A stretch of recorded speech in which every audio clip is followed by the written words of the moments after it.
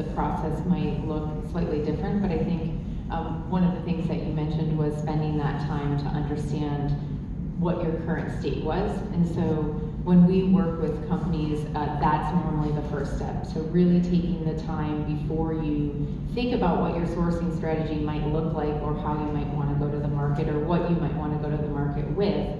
Understanding what your current state is, how you're delivering services today, and that includes what your internal organizations looks like and what those roles and responsibilities are, as well as the different suppliers that you might be using in the industry. And from doing that assessment, we typically, so it would include a couple different components, the financial component, right? So what are you spending today on services, and helping you to be able to allocate that spend in a way that you can benchmark.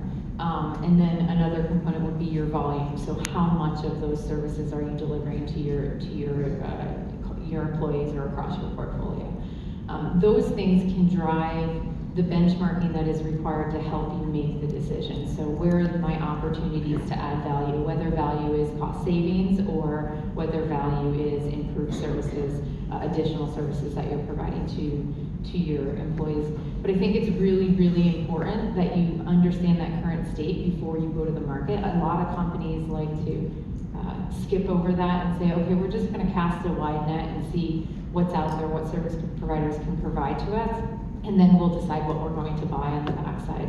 And really what happens then is a couple of different things. You're gonna end up, for one, getting bids that are all over the place, right? With very little ability to compare the responses that you get and understand what kind of that looks like. But you're also gonna have a little understanding of what your resourcing needs to look like, right? So when you do this assessment, you understand what the resource requirements are, both internal resources as well as external. So when you end up determining what your sourcing strategy is, you understand how that's impacting resources on both sides, right? And well, I think one of the biggest change management factors when you do go to the market, when you do outsource, whatever it is that you're outsourcing, is what are you doing with that talent that's left behind? And if you don't really understand that up front, you oftentimes have a big gap there. So you have what we call things like a shadow organization, right, where you have people internally and externally delivering the same services,